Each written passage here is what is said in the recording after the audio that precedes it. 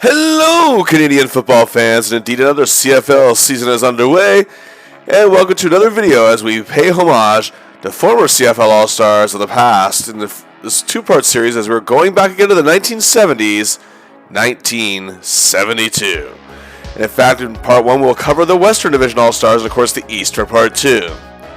Much like previous videos, we'll be showing you out of these divisional selections who made the All-Canadian CFL team. There will be more selections than other videos due to both ties and voting as well as protocols at the time, 3 running backs and 4 receivers being selected for the teams. Also, there were no special team selections in this era. But now we look at what was going on in the Great White North in the world of entertainment in 1972. The world of Canadian television, a new show began on CBC that would become a staple in Canadian pop culture, The Beachcombers, aired for the first time on October 1st, 1972. It followed the life of Nick Adonidis, played by Bruno Gerussi, a log salvager in BC with an array of colorful supporting characters. It was an instant rating success. It began a run of 387 episodes over 19 seasons.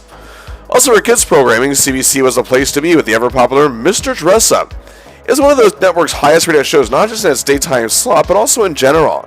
It's surrounded around the titular Mr. Dress-Up and his puppet friends Casey and Finnegan. It taught about songs, stories, crafts, and other fun activities. In September of 1972 on CTV, the infamous news program Canada AM made its debut.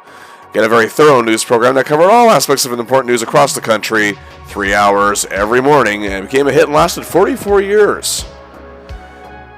In Canadian film, The Rowdy Man, starring acclaimed Grand Falls, Newfoundland-born actor Gordon Pinsent, was released and actually became a cult hit in the country and won him 2 awards for Best Actor at the Canadian Film Awards and the ACTRA Awards. The one and only Leslie Nielsen, a native of Regina, still years away from being the unlikely comic star that he would become, played the ship's captain on the ill-fated SSS Poseidon in The Poseidon Adventure. It was the second highest grossing film of the year. And back to Canadian-made films. The Quebec French-language film My Uncle Antoine became one of the most acclaimed Canadian films of all time and still is to this day, and was a surprising box office hit in the country, with Jacques Gagnon, Jean Duceppe, and Olivier Thibault giving tour de force performances. Now in Canadian music, and it was on fire. Neil Young put together his highly acclaimed and highly commercially successful masterpiece of an album, Harvest. Number 1 in both Canada and the US, as was the lead single of the iconic cut, Heart of Gold. The album has since been certified 4 times platinum in the US. Joni Mitchell, another Canadian folk icon, released her 5th album, and her first with Asylum Records, For the Roses, which garnered her more acclaim, and the album hit number 5 in Canada and sold gold record status in the US. Trifecta of folk icons is complete with Gordon Lightfoot, who had not 1 but 2 number 1 albums in Canada in 1972, Don Quixote, and Old Dance Records, and 3 top 40 hits that year, Beautiful, Can't Depend on Love, and the number 3 hit, You Are What I Am. Speaking of Lightfoot, a song that he wrote, Cotton Jenny, was a number 1 hit in Canada for songstress Anne Murray. And speaking of number 1, an album she released later on that year, Annie, hit the top of the Canadian album charts. Rockers April Wine hit their breakout with a new record, their sophomore effort, called On Record. Featured the number 2 hit, Could Have Been a Lady. There were other Canadian top 40 smashes as well on that album, Bad Side of the Moon and Drop Your Guns. And another great Canadian rock group, Lighthouse, released one of the most iconic radio hits of Canadian history, the feel-good anthem, Sunny Days, which hit number 4 on Canadian charts and cracked the top 40 in the US. In 1972, the CFL was still a very profitable league. Most teams were actually doing quite well with live attendance. CBC TV and CTV were both bringing in excellent TV ratings at the time, and their coverage was award-winning across the country. The league, however, did shake off the playoff format a bit, as now it will only be the East playing a 2-game combined score division final, and the West just playing 1. Many felt this evened things out, as the East only had 4 teams and the West had 5. And the West played 16 games still at this point, while the East played 14. The Winnipeg Blue Bombers finished the year 10-6, first in the West, 2 years removed from a disastrous 2-14 season, had become one of the best teams in the league. Coming in at second place was the Edmonton Eskimos, also at 10-6. They had the longest Grey Cup drought in the league at the time, not having won since 1956. But that brings us to Saskatchewan Roughriders, finishing third at 8-8, a bit of a disappointment considering they've been a force in the West for several years now. But they did make their 11th straight playoff appearance. Their defense, however, stunned the Eskimos in the Western semifinals. Then in a wild finish, the Riders then proceeded to stun the Bombers, who were Grey Cup favorites, 27-24. After a failed field goal attempt, it was punted back out of the end zone, then punted back in, then back out, and then Winnipeg was called for no yards with no time on the clock. The Riders sealed their fourth Grey Cup appearance in 7 seasons with another attempt at a field goal, which was good. But they would lose it to the Hamilton Tiger Cats, however. Calgary's 6-10-0 finish was probably the biggest disappointment in the league, as they were not only the defending Grey Cup champions, but had made the championship 3 of the last 4 seasons prior to this. The Lions finished dead last, 5-11 as their woes continue, missing the playoffs for the 3rd straight season. Well, first we'll start with the defense, and the front core of the defensive line stars. And first at the defensive end, we have Jim Hayton of the Winnipeg Blue Bombers. The Vancouver, BC native stood 6'3" and near 255 pounds. Quick off the jump, could sidestep some of the best O-linemen, putting pressure on elite QBs to make mistakes or even get the sack, which, keep in mind, was not recorded in this era as an official stat. But there's no doubt that Crichton obtained more than his fair share. He became a big fan favorite among the Bombers faithful due to his hard work ethic and passion for the game and his determined play. Next up at defensive end, we moved to the Grey Cup finalists, the Saskatchewan Roughriders and Big Bill Baker. A native of Sheridan, Manitoba, was an intimidating presence who had an agility and a quickness, and he made it known to opposing QBs that they were in for a hurting. He was the heart of what a solid Rider defensive core would soon become, as he could take command of any given situation. He's also key in big game situations, coming up in a clutch when leads needed to be protected. This is Baker's 2nd straight selection and 2nd overall of his career. But there was also a first for Baker, his first All-Canadian selection of what would be a fantastic career. The first of 3 defensive tackle selections in the West is another Bomber in Joe Critchlow. A key member of the Bombers' excellent defensive line, a bulldozing lineman who could leave any O-line spinning as well as a QB panicking, and any big running back who tried to go through him would often get pushed back. He'd be a key player for the Bombers in their rebuild over the last few years, but at last he finally gets the recognition he deserves with his selection. This would be Critchlow's only All-Star selection of his career. He did, however, go on to win a Grey Cup with the Montreal Alouettes in 1974, before playing a season for the San Antonio Wings of the WFL in 1975, for leaving football at the age of 31. Next up is the Edmonton Eskimos with their first selection on this list, a man with heart, iron will, and pure skill. That's John Legron.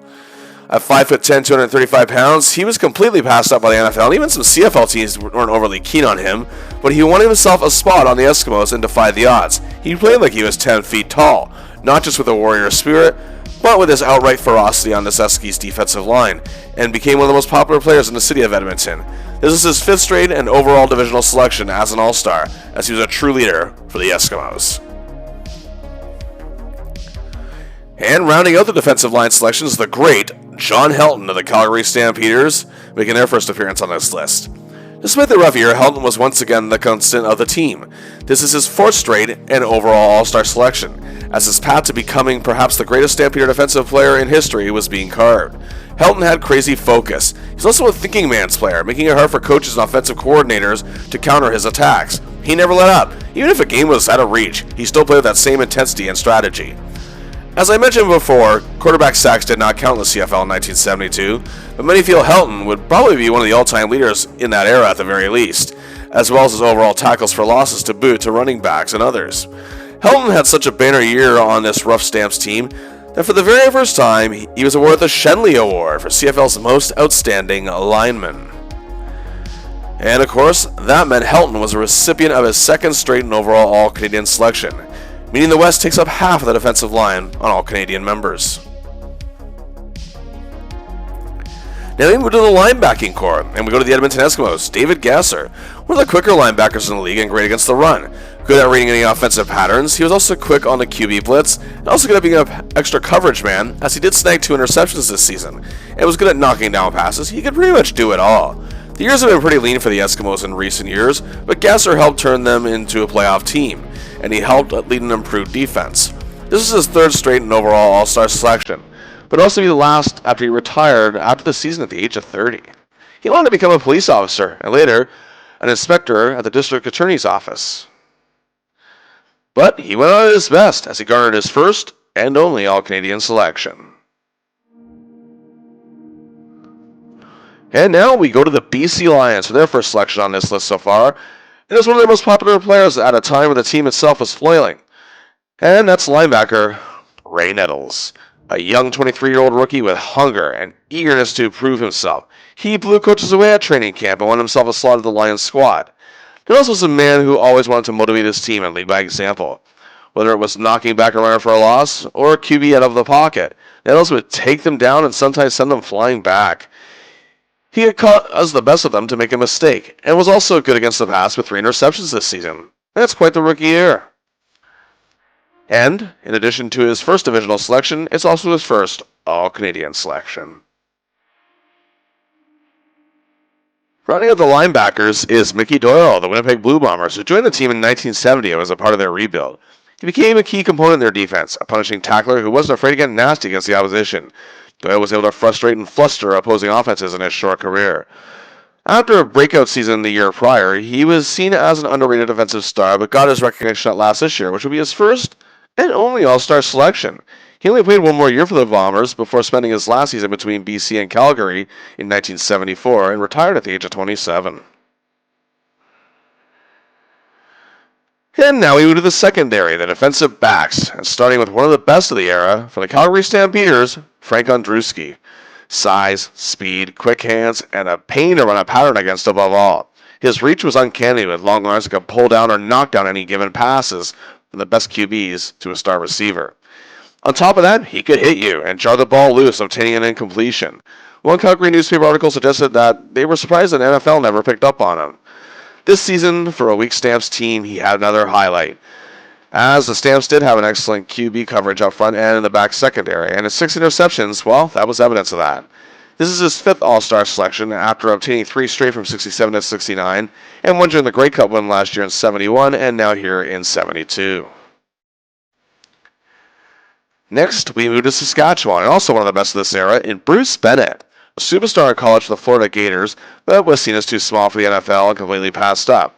Their loss was the gain of the Roughriders, winning a Grey Cup in his rookie year in 1966. And after being an All-Star every year from 1967 to now, this is his 6th selection, and played in his 4th Grey Cup game this year. Great at deep coverage up the middle, his size didn't seem to stop him from making a huge hit or breaking up a given play. He garnered 3 picks and used every bit of the skill he had to make an impact on his team that seemed to give them the edge, especially in the playoffs. This was his final season, however, retiring at age 29. And back to Winnipeg, as our next selection is Grady Cavness. Once again, another huge part of the building blocks to put this Bombers team back together. His 8 interceptions were tied for 3rd best in the CFL. It seems as if a receiver was open, Cavness would appear out of nowhere, either able to snag the pick or knock it down or stop them short of a first down. He was always in the vicinity of where the ball was, and very rarely ever losing focus. And he could also make difficult tackles, always committing to catching a receiver no matter how far he'd get. This was his breakout year and his first All-Star selection. And it's also his first All-Canadian selection on top of that. Next is Edmonton Eskimos defensive back Dick Dupuis, a tremendous cover man who could eliminate a strategy by keeping coverage of star receivers. He had great speed, could turn on a dime, and was hard to fool, be it short distance or deep against the ball. He also caught 2 picks and was good at breaking up sure catches that any receiver might make. He may have always had, well, shall we say, been the biggest star in Edmonton, but he was very popular and a fan favorite due to his work ethic as well as his never-say-die attitude. This would be his 2nd straight and final All-Star selection. He'd retire in 1976 after 12 seasons. However, he would obtain a lone Grey Cup ring in 1975. And hey, the Bombers continue to shine with more All-Stars. Defensive back, Gene Lukuziak, who is his opposing present, built like an ox and could hit like one to boot. That was his duty, to not let any receivers gain ground, and taking on tight ends was his specialty, able to bring them down with pure aggression. He could cause a fumble or incompletion, or stymie QBs from even getting a pass to a tight end. A Minnesota native, he was very popular with fans in Winnipeg. This is his first selection. And rounding out the defensive backs, a 6th defensive back selection due to voting, and that's Larry Robinson. No, not the all-star hockey player defenseman from Montreal, but Larry Robinson of the Calgary Stampeders. Also one of the best secondary men of his era, garners his 3rd and final all-star selection and his 2nd straight, his first being back in 1965. A hometown favorite among Calgary fans, he was key to their re-emergence and success in the mid to late 60s into the early 70s, despite the team faltering again this year. He was still very much producing. A runner keeping up with the best and willing to go any length to break up a passing play, sacrificing himself to make it happen. He had great resilience with his long career, and even now at 30 years old in his 12th season, was still an elite performer. Robinson would spend 2 more years in the league, retiring after the 1974 season. Well, the West has 5 of 12 selections for the All-Canadian team on defense. Not quite half, but very close. But now we're moving to the other side of the ball, on the offense. And we start with the Trenchmen, the offensive line. First at center, the man snapping the ball quick to the block for Shawinigan, Quebec, and at 6'3", 230 pounds, Bob Swift of the Winnipeg Blue Bombers.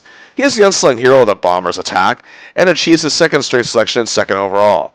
He was relied on for his quickness and his strength, snapping the ball and to be quick up on the block and able just about to push anybody back. He was key in the development of the huge success of this Bombers team and the success of their pass attack. He initially began his career as a fullback for the Lions, but broke his leg in a Grey Cup game that year, and the team pretty much gave up on him by the following year. After finding new life with the Argos as an offensive center, he was picked up by the Bombers and excelled further. And this is also Swift's second straight All-Canadian selection. Next, we move to offensive guard and stay with the Bombers. Big Bob Lucic. 6'2", 250 pounds, was another key component of Winnipeg's attack, not only providing blocking for QBs, but also the Bombers' dominant running game that truly took the league by storm. A former All-Star with the Stampeders in 67 and 68, this is his second straight selection with the Bombers, giving him 4 overall in his final All-Star selection. Known for his strong arm strength and ability to plant his feet and legs to maintain the block. He had the best year of his career, but he would retire after the season at the age of 29. Lucic also spent time for Stu Hart's Stampede Wrestling as a wrestler. He ended his career, however, at the top of his game as he garnered his first and only All-Canadian selection of his career. Sticking to the guard position, we move to the Saskatchewan Roughriders, and one of the best ever to fight in the trenches, Jack Abdenschein. This is his 6th selection as an All-Star and 3rd straight to boot. At 6'2", 254 pounds, he was a man that had a lot of trust instilled in him from superstar quarterback, one of the greatest of all time, Ron Lancaster, who owes a great deal of his career and success to this man, as does legendary running back, who we'll get to later, as well as another All-Star running back. Jack played with a fierceness that few could ever counter. Top defensive corps couldn't shake him at all. As a matter of fact, he had the heart of a lion, intensity of a crocodile, and strength of a rhino. And on top of that, he was also the kicker for the team. He scored 74 points this season and played in his 4th Grey Cup final. And on top of that, he was an All-Canadian for the 4th straight time and 5th time overall in his career. There was a 3rd guard selection for this divisional team in the West, and we go to the Edmonton Eskimos, and that's Larry Watkins. After brief stints with the Argos and Ticats in the last couple of seasons, he found a home in Edmonton at last with the Eskimos, who were building for a better future, and indeed that would come. At 6'4", 265 pounds, he'd eventually be moved to the tackle position, as he had the size for it. He was key in Tom Wilkinson's pass attack, as well as a decent running game, and made sure his backs had blocks to follow. This is his very first selection. And now we fully move to the offensive tackle position and start with yet another Blue Bomber, the Rocky Mountain Mastodon, Bill Frank, product of Denver, Colorado. A beast of a man who could not only block the opposition, he could outright wreck them, send them on their ass, or even ass over a tea kettle if need be. His game was all about pure aggression and wasn't afraid to get nasty in efforts to frustrate the opposing team. He was a motivator on this Bombers club, and because of that, he garners his 3rd straight All-Star selection, which were all with the Bombers. His previous 3 straight, 66-68, were with the Argos, now giving him 6 overall. And that also goes for his All-Canadian selection. 3rd straight, 6 overall. Every year he has made the Divisional All-Stars, he has made the All-Canadian team. The West clearly has the better Trenchman this year, taking 4 out of 5 spots. 1 more divisional selection to go. But capping off the Western O-line stars, we go back to the Edmonton Eskimos and Charlie Turner. After beginning his career with the Ticats, he took on a bigger role at this evolving Eskimos club at 6'3", 255 pounds. He was actually quite quick for an offensive tackle and was able to catch defensive linemen and outside linebackers off guard with his natural skills. He was strategic. He was strong. Everything that the team needed in a trusted offensive lineman. As Wilkinson in the improving ground game on the Eskies definitely knew that he could be the key to their future. This is his very first All-Star selection, but definitely not his last. Now we move to the receiving corps. Starting at tight end, we'll stay with the Eskimos with Tyrone Walls. A rookie out of the Missouri Tigers program, he was now another youngster on this rising Esky squad. He had quick hands, and with his size, could turn small yard situations into significantly more. He was a very hard player to tackle, and was key in close late-game moments for his big plays. He had 811 receiving yards, which was 10th best in the CFL. Also, as a spare blocker, he added more strength to the Edmonton offensive line core, which, as I just showed, was becoming among one of the best in the league. He, like most Eskimos All-Stars I've named here, would be key indeed to what would become a huge future. Continuing with receivers, Jerry Shaw, who doubled as a wideout and tight end, and he's a member of the Calgary Stampeders. Another hometown favorite who is much loved by fans in Calgary, has been popular in the 7 seasons he has played at this point, and despite always being efficient at his position with key plays and good hands, as well as speed for a tight end, him being used as a wideout for the CFL this season allowed him to have a career year with 1,002 yards, 5th best in the entire CFL, as he was dangerous on the long ball and on the short. He shows to be a dynamic threat. And it was also because of that his 65 catches ranked 2nd best in the league. And he knew how to find the end zone a fair bit, so much so his 12 touchdowns led the CFL in receiving touchdowns and was the 2nd best overall. A banner year for the Stamp star. It would only be his only selection as he would retire after the 1974 season. Next up, look, another Blue Bomber. And this time it's wide receiver Jim Thorpe. Despite his very short career, he was a huge part of the Bombers in the 3 seasons he played there, culminating in this season. As his 3rd straight / overall and final All-Star selection, he was a previous All-Canadian 2 years in a row prior to this, and led the league in receiving the year prior, but this year he was still 2nd best with 1,260 yards. He had blazing speed and could run a short pattern fooling the best secondaries in the league, or could burn them on the long run. His efficiency in communicating with his QB was top-notch, as he knew where the ball was going to be more often than not, and was often ready for any difficult catch. So much so, he led the entire league with 70 receptions.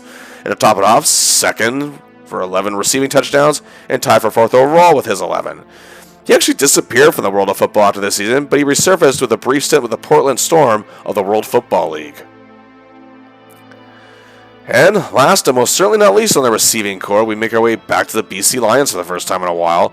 And the biggest thing that Lions fans had to cheer for this year was their superstar wideout, Jim Young. A native of Hamilton, Ontario, he was one of the best of his era, maybe even perhaps of all time. Known affectionately by fans, and so it's easy for me to say in BC as Dirty 30 for his aggressive, no-nonsense style, he can throw a good hit to an opposing secondary man covering him, and not afraid to show him who's boss. He reached a career-high 1,362 yards receiving, which led the entire CFL. His 63 catches were 3rd best. His 11 touchdowns tied for 2nd in receiving, and tied for 4th overall.